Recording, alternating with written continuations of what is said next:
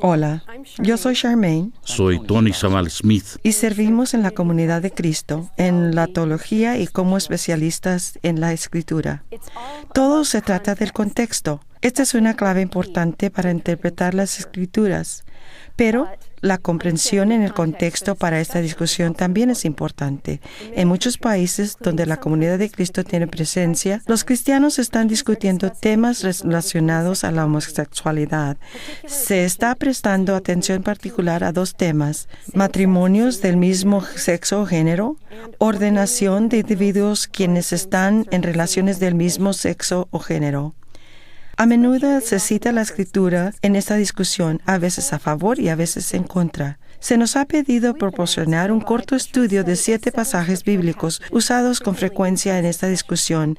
Estos 7 son usados por algunos para sugerir que la Biblia está en contra de las relaciones homosexuales. Brevemente los estudiaremos en sus propios contextos y significado, las circunstancias históricas, religiosas y literarias en las cuales fueron escritas y usados primero. El presidente Bisi presentó Descubriendo la voluntad de Dios en la sesión de apertura. 6 objetivos surgieron para ayudarnos el entendimiento de la dirección de Dios para la Iglesia. Todos estos son importantes. Cada uno de estos objetivos está interconectado. No obstante, cada uno todavía tiene recursos específicos para generar esta conversación.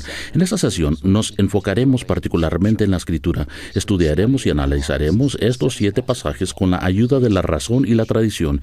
Esto significa que usaremos los puntos de vista de estudios bíblicos contemporáneos, el cual incluye el análisis literario, histórico y lingüístico para ayudarnos a entender estos pasajes. Primero, como se denota en una presentación previa en la declaración de la Iglesia, que la escritura de la Biblia no es un libro, más bien es toda una biblioteca de libros.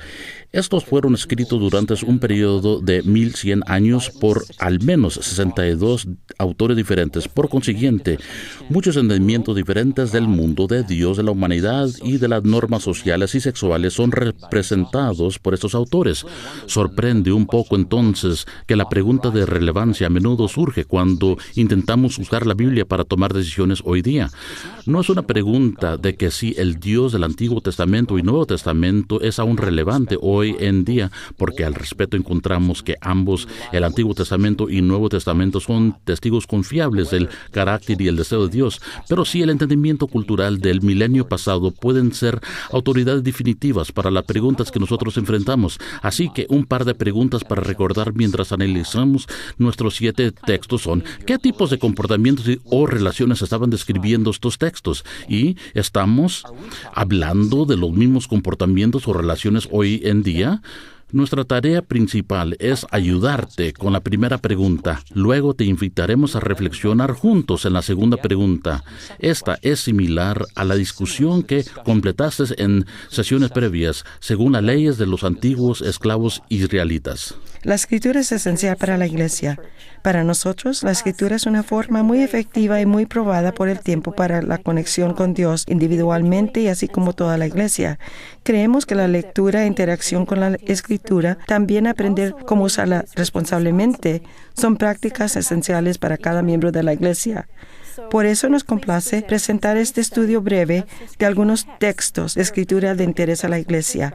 Esperamos que esta sesión aliente el estudio y discusión adicional del papel de la Escritura.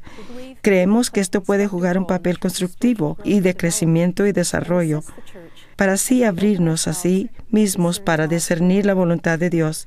Recomendamos que nos acompañes con tu propia Biblia para que podamos familiarizarnos más con los pasajes y sus contextos. Empezaremos con Génesis 19, 1 al 11. El capítulo 18 ofrece pistas importantes de cómo leer el capítulo 19. Abraham en el capítulo 18 muestra hospitalidad a los ángeles.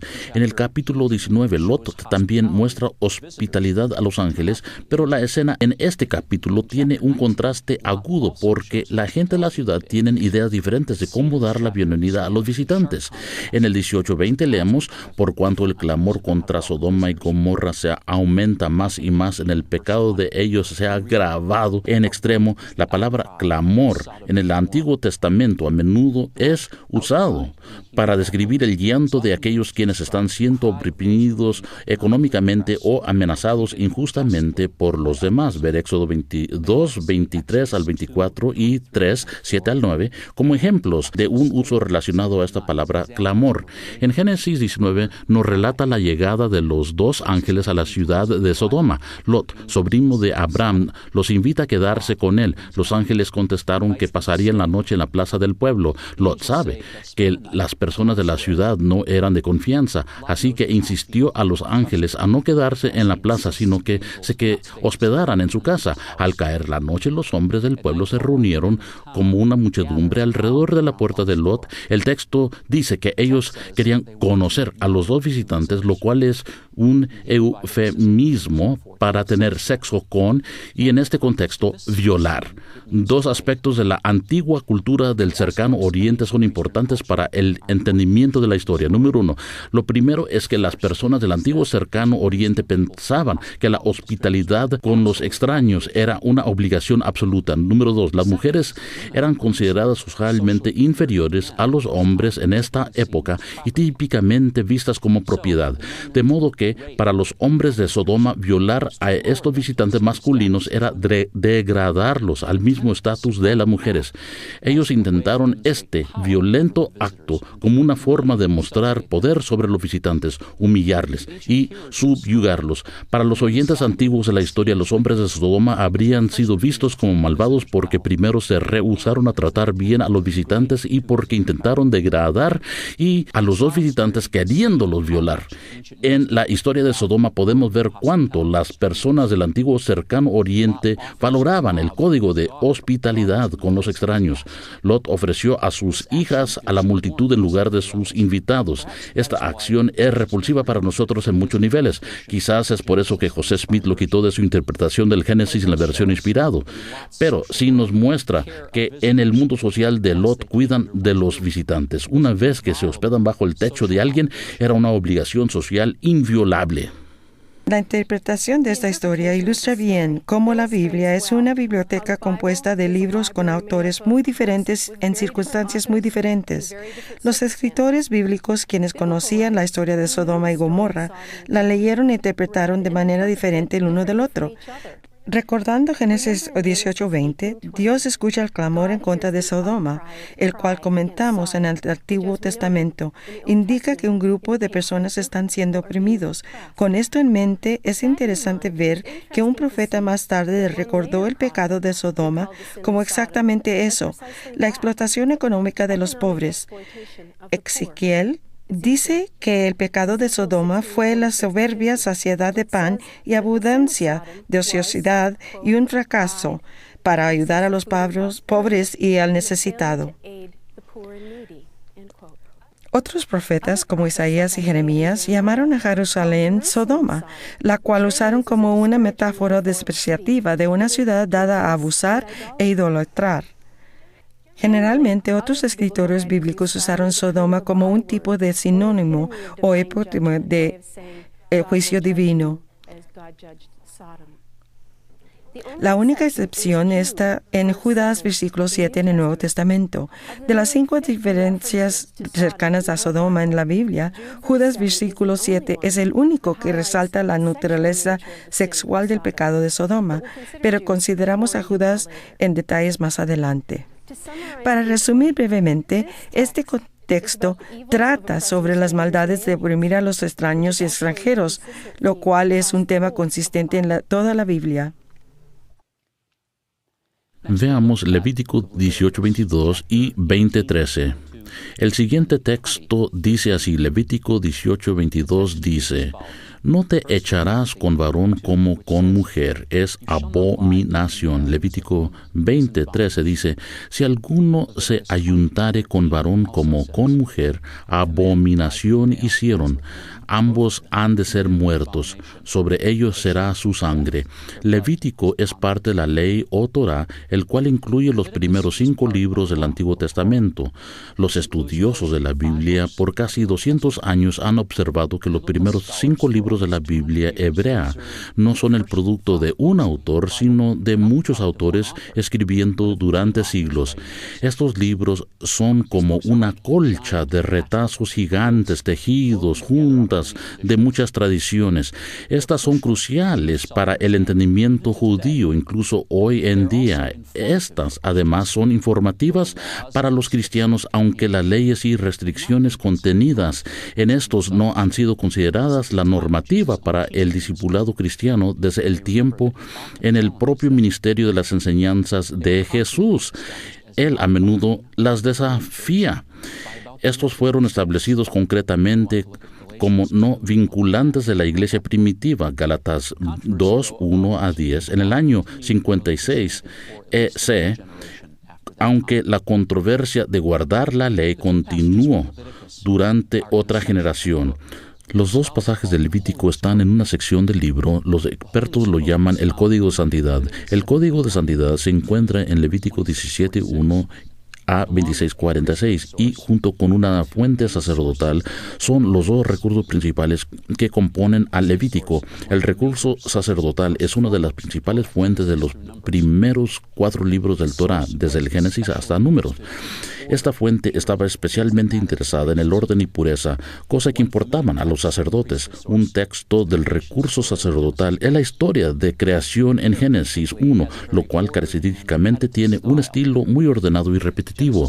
Génesis 1 avanza metódicamente de la ordenación del vacío sin forma a la creación de la humanidad como hombre y mujer y la institución del sábado. Tanto el Código de Santidad y el mayor recurso sacerdotal fueron escritos por sacerdotes. Estos recursos surgieron siglos después del tiempo de Moisés, durante y después del exilio babilónico. En este tiempo, los cautivos de Judea lucharon para mantener sus identidades religiosas. ¿Cómo pudieron resistir estando inmersos en la cultura babilónica? Los sacerdotes y el Código de Santidad tenían una respuesta. Ellos trataron de aplicar los estándares rigurosos de pureza que debían tener los sacerdotes ante toda la comunidad. Vemos este patrón en el libro de Esdras, escrito aproximadamente en el mismo tiempo también. Uno de los refranes favoritos del Código de Santidad es: sed santos, porque yo, el Señor tu Dios, soy santo. Aquí, la santidad se refiere a la separación de pureza y distinción. La mayoría de las prohibiciones sexuales en el Código de Santidad tienen 2 rasgos comunes. Se prohíbe cualquier tipo de actividad sexual que podría poner en peligro al clan o familia, y se prohíbe cualquier tipo de actividad sexual que produzca descendencia. Esta es una razón por la cual la misma sección del Levítico prohíbe una lista completa de actividades sexuales, excluyendo el sexo con una mujer que está menstruando y las relaciones sexuales entre varones. Levítico 18, 22 y 23 prohíben la actividad sexual masculina con otros varones. El mandamiento es entendible a la luz de la preocupación sacerdotal con el orden de la procreación. Algunos comentarios, como William Johnson, presta atención al silencio de Levítico sobre el sexo entre mujeres, revela que el pasaje también estaba preocupado por asuntos de honor masculino. Recuerde que en el antiguo cercano Oriente era una vergüenza para un hombre ser tratado como una mujer. Puede ser útil el entendimiento del significado de la Escritura y su aplicación para la Iglesia hoy en día. Otras enseñanzas en el Código de Santidad enseña que la sangre no puede comerse. 17:10. Que la muerte es el castigo por maldecir a la madre o al padre, así como el adulterio. 20:9 a 10. Que el sacrificio de animal es necesario para expiación. 16:1, 17 a 7. Que Dios permite la esclavitud. 25, 44, 46. Que cada 50 años la propiedad ancestral de todos debe ser devuelta a ellos. Los escritores sacerdotales de Levítico pretendieron que todas estas normas deberían vivirse como un todo. Cualquier entendimiento contemporáneo de pasajes específicos deberá tener este hecho en mente. Los textos de Levítico muestran cómo los antiguos teólogos de Judea ayudaron a su pueblo a buscar la santidad en la vida cotidiana y mantener su propia identidad judía, incluso en exilio. Estos versículos específicos abordan asuntos de procreación y la preservación del estatus y honor masculino en la sociedad antigua. Próximo, veamos 1 Corintios 6, 9 a 10 y 1 Timoteo 1, 9 al 10. 1 Corintios 6, 9, 10 dice: ¿No sabéis que los injustos no heredarán el reino de Dios? No erréis, ni los fornicarios, ni los idólatras, ni los adúlteros, ni los afeminados, ni los que se echan con varones, ni los ladrones, ni los avaros, ni los borrachos, ni los maldicientes, ni los estafadores heredarán el reino de Dios. 1 Timoteo 1, 8 a 10. Pero sabemos que la ley es buena si uno la usa legítimamente, conociendo esto, que la ley no fue dada para el justo, sino para los transgresores y desobedientes, para los impíos y pecadores, para los irreverentes y profanos, para los parricidas y matricidas, para los homicidas y para los fornicarios, para los sodomitas, para los secuestradores, para los mentirosos y perjuros, y para cuantos se oponga a la sana doctrina. Vamos a explorar estos pasajes juntos por dos razones. Primero, estos comparten una forma literaria común, la antigua lista de vicios. Segundo, estos comparten una palabra común relacionada a nuestro tema. En el mundo antiguo, los maestros y filósofos morales usaron una técnica común con sus estudiantes. Esta era combinar una serie de comportamientos que desaprobaban a lo que los estudiosos llaman listas de vicios. En 1 Corintios 6, Pablo usa esta técnica, como lo hace el autor de 1 Timoteo, quien fue un pastor en una comunidad paulina tal vez 2 generaciones después de Pablo. La lista de vicios fue un catálogo de comportamientos específicos reunidos para hacer un punto más general. No sean dados a los vicios como, sino dados a la virtud. La lista de vicios funcionaron de una forma no muy diferente al viejo refrán: no fumar, ni beber, ni masticar o andar con gente que hace. Las dos listas de vicios en estas cartas paulinas nos dan una idea de la cultura del primer siglo. Probablemente estas son de origen judío, ya que muchos romanos y griegos no habrían desaprobado algunas de las conductas que se denotan. Empezaremos con una mirada más cercana en 1 Corintios 6:9. Si comparamos varias versiones del Nuevo Testamento, vemos de inmediato que hay dificultad en la interpretación de este versículo. Los traductores no se ponen de acuerdo sobre cómo traducir dos términos que tienen una relación en nuestro entendimiento de las prácticas sexuales en las culturas romanas. La NVSR, por ejemplo, usa las palabras prostitutos y sodomitas. La NVI traduce el texto griego de prostitutas y delincuentes homosexuales. La VRS utiliza pervertidos sexuales y la VKJ usa efeminados y los que se echan con varones. Detrás de las variadas traducciones son dos palabras griegos cuyos significados son complejos. La primera palabra griega es malakoi y la segunda es arsenokoitai. El primer término literalmente significa suaves y el segundo término literalmente significa aquellos que cama varones. Pero los significados literales no transmiten adecuadamente a la actividad que se hace referencia. Lo que los dos términos denotan es una práctica en la cual los hombres de alta posición social explotaban sexualmente a los esclavos o prostitutos masculinos. En el mundo romano, hombres nacidos libres, además de estar casados y criar a los niños, también podían tener un joven esclavo del mismo género para el placer sexual. Asimismo, las mujeres de alta posición social podrían tener una esclava mujer para el placer sexual. La cultura romana en esos días por lo general aceptaba este acuerdo, incluso proporcionaban un mercado para comprar y vender para estos propósitos.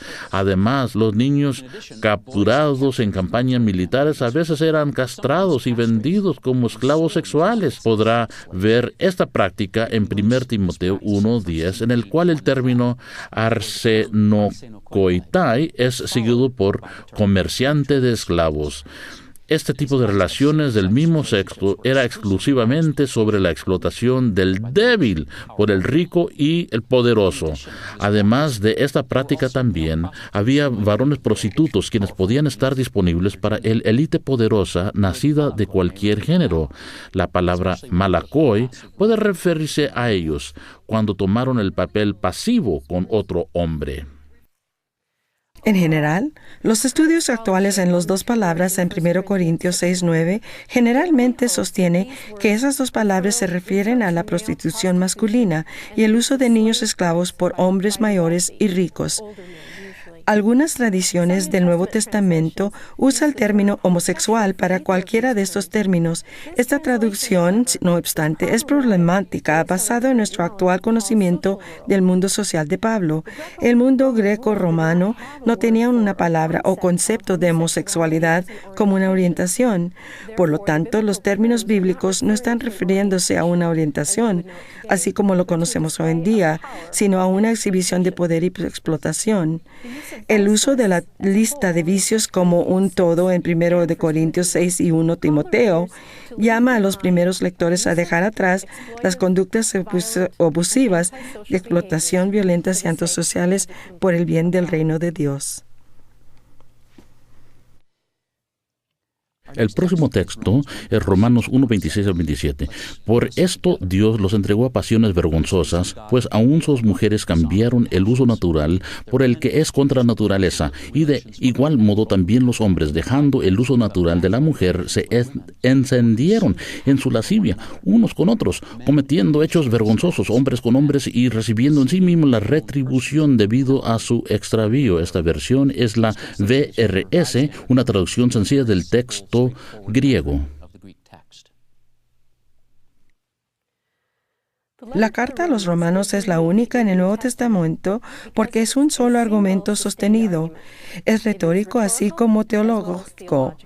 Interpretarlo responsablemente exige que prestemos mucha atención a su forma como un argumento. Pablo escribe esta carta a la Iglesia de Roma para obtener el apoyo para su futura misión en España. Su situación es delicada porque no plantó la iglesia en Roma y no tenía autoridad allí. La iglesia en Roma estaba éticamente dividida entre los judíos cristianos y gentiles cristianos, y al parecer no se llevaban bien. Parte del propósito de Pablo al escribir esta pieza muy teológica es ayudarles a unirse a la visión universal de amanecer al reino de Dios. Por lo tanto, desde el 1 capítulo hasta el 8, Pablo hábilmente muestra a los cristianos romanos, ya sea de origen judío o gentil, ahora han sido transformados por la gracia de una nueva forma de ser.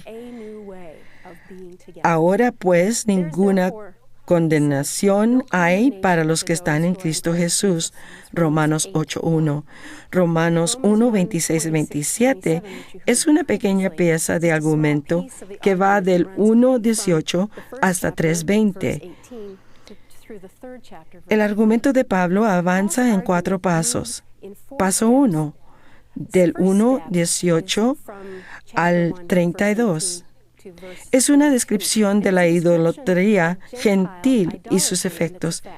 El paso 2, del 2 al 1 al 16, Pablo critica la tendencia humana de juzgar a los demás.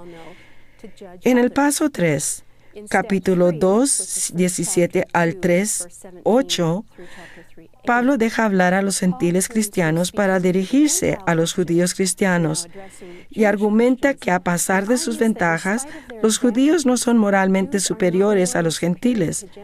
El paso 4 es la culminación de este segmento de argumento y se encuentra en capítulo 3, 19-31, y comenta: todos están destituidos de la gloria de Dios, para que todos puedan ser justificados por la fe en Cristo.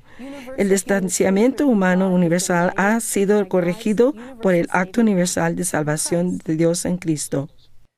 Observemos más de cerca en 26 y 27. En contexto, el capítulo 1 es esencialmente sobre la idolatría de los gentiles. Pablo ve la negación del mundo gentil para honrar al verdadero Dios como Dios, versos 18-23, como la fuente de la desorden social que experimentan. La descripción de Pablo de algunas prácticas sexuales de los gentiles en los versos 26-27 y la vida gentil en general en versos 29-31 no es su punto principal, sino una ilustración, nuevamente el uso de una lista de vicios. El pecado original de la idolatría ha distorsionado la vida como el mundo gentil lo experimenta. El pecado original de idolatría dio lugar a que Dios prescindiera de ellos, los gentiles, por estos comportamientos diferentes.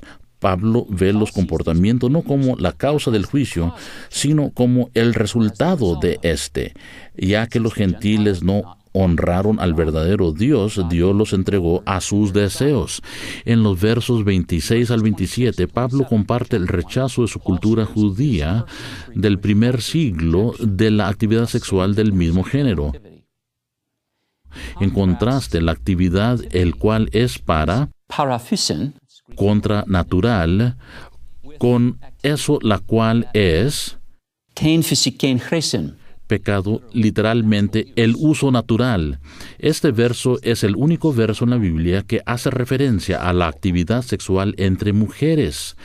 Debemos tener algunas cosas en mente mientras luchamos con este pasaje. Al igual que en nuestro tiempo, no hubo un acuerdo universal en el mundo de Pablo para el significado del sexo natural-antinatural. Algunos antiguos filósofos vieron el sexo entre personas del mismo género como antinatural, algunos no. Otros incluso vieron demasiado sexo entre un esposo y una esposa, o cualquier relación sexual entre ellos, no con el propósito de la procreación, como antinatural. Como vimos anteriormente, en el mundo social de Pablo, el sexo entre personas del mismo género estaba relacionado a la dominación y explotación, y no sobre la orientación sexual.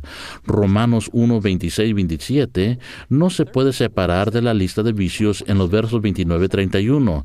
Lo que Pablo vio como sexo antinatural pertenece a la envidia, la mentira, el chisme, la jactancia, la avaricia, la estupidez y la crueldad, todo de lo cual se utiliza como ilustración de los efectos de la idolatría gentil. En las palabras del comentario bíblico en Oxford, no sería difícil localizarnos en algún lugar en este catálogo, el cual, por supuesto, es simplemente el punto. El punto real del argumento de Pablo en el capítulo 1 es establecer en los oyentes el contragolpe en el capítulo 2. Si alguno juzga a los demás por los comportamientos enumerados en el capítulo 1, los ubica bajo el juicio de Dios. ¿Por qué? Para Pablo, cuando juzgamos a los demás, no hemos ubicado a sí mismo en el papel de Dios. Solo Dios puede juzgar. Si hacemos esta afirmación, entonces somos culpables de idolatría, adorando a nuestras propias percepciones. El efecto de los capítulos 1 y 2 es decir que nadie está libre de responsabilidades. Todos están en necesidad de la gracia y la redención, y está en la tesis de toda carta a la congregación romana. Romanos 1 trata de cómo el acto universal de salvación de Dios en Cristo revela que toda la humanidad está separada de Dios y en necesidad de redención. Veremos el último versículo, Judas, capítulo 7, como Sodoma y Gomorra y las ciudades vecinas, los cuales de la misma manera que aquellos, habiendo fornicado e ido en pos de vicios contra naturaleza, fueron puestos, por ejemplo, sufriendo el castigo del fuego eterno. La breve carta de Judas es escrita a una iglesia cristiana en crisis. La naturaleza exacta de la crisis es oscura. Lo que es claro, sin embargo, es que los falsos maestros no identificados, a quien Judas llama los intrusos, han entrado en la comunidad e interrumpido la vida y su adoración. El autor llama a sus lectores a la fidelidad en medio de la crisis, usando una variedad de ejemplos de la Biblia y la tradición judía. Judas insiste que esos intrusos inevitablemente enfrentarán el juicio. En el verso 7, Judas usa los ejemplos de Sodoma y Gomorra para ilustrar su punto sobre el juicio. Estas y las ciudades vecinas fueron juzgadas porque cayeron en la inmoralidad sexual y persiguieron la lujuria antinatural, Nueva Versión Internacional. La frase caer en la inmoralidad sexual se traduce de una palabra griega cuya raíz se refiere a la fornicación. 2. Muchas versiones de la Biblia, incluyendo la NBI, ofrece la siguiente frase con algo como perseguir la lujuria antinatural. El texto griego es en realidad más específico. Lo que Judas literalmente escribió fue que estas ciudades fueron tras otras carnes. Esta no es una referencia a las personas en Génesis 19 queriendo tener sexo con otros hombres, sino quiere tener sexo con seres celestiales. Para Judas, el juicio de Sodoma y Gomorra está vinculada con su intento de violar los límites de la tierra y cielo. Este enfoque es confirmado por una simple mirada a los versos anteriores. En el verso 6, Judas ya se ha referido a otra relación ilícita entre el cielo y la tierra, la historia de Génesis 6 de la unión aberrante de ángeles con mujeres. De la misma manera, Judas piensa que los intrusos en la iglesia han cruzado inadecuadamente un límite en el cielo y la tierra. Ellos blasfeman de las potestades superiores, una referencia a los ángeles, versículo 8. Judas hace referencia a la historia de Sodoma no para hacer comentarios sobre las relaciones sexuales del mismo género, sino simplemente para ilustrar qué les pasará a aquellos intrusos quienes han turbado antinaturalmente la vida de las comunidades cristianas. Judas, versículo 7, trata de advertir a los intrusos quienes están causando conflictos y división en una iglesia o iglesias usando imágenes del juicio que se encuentran en la historia de Sodoma y Gomorra. Esa advertencia también parece estar relacionada con las ideas de los intrusos que enseñan sobre la naturaleza de los ángeles. Conclusión. La Declaración de la Iglesia sobre la Escritura afirma que estos libros fueron escritos en diversos tiempos y lugares y reflejan las lenguas, culturas y condiciones bajo los cuales estos fueron escritos.